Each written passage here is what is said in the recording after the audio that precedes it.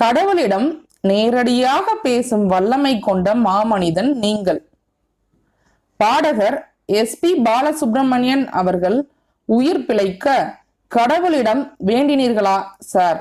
ஆம், பாடகர் SP பாலசுப்ரமணியம் அவர்களை எனக்கு ரொம்ப பிடிக்கும். அவர் குரலை ரசிப்பேன், பாடல்களை ரசிப்பேன். கடவுள் என்னை உலக ஜனங்களுக்கு முன்பாக உயர்த்திய பின்பு எனது மகளின் திருமணத்திற்கு கட்டாயம் SP பாலசுப்ரமணியம் அவர்களை இசை கச்சேரி நடத்த அழைத்து வர வேண்டும் என்று என் மனதிற்குள்ளாக நான் எண்ணினேன். அவ்வளவு பிரியமாக இருந்தேன், அவர் மேல் பிரியமாக இருந்தேன்.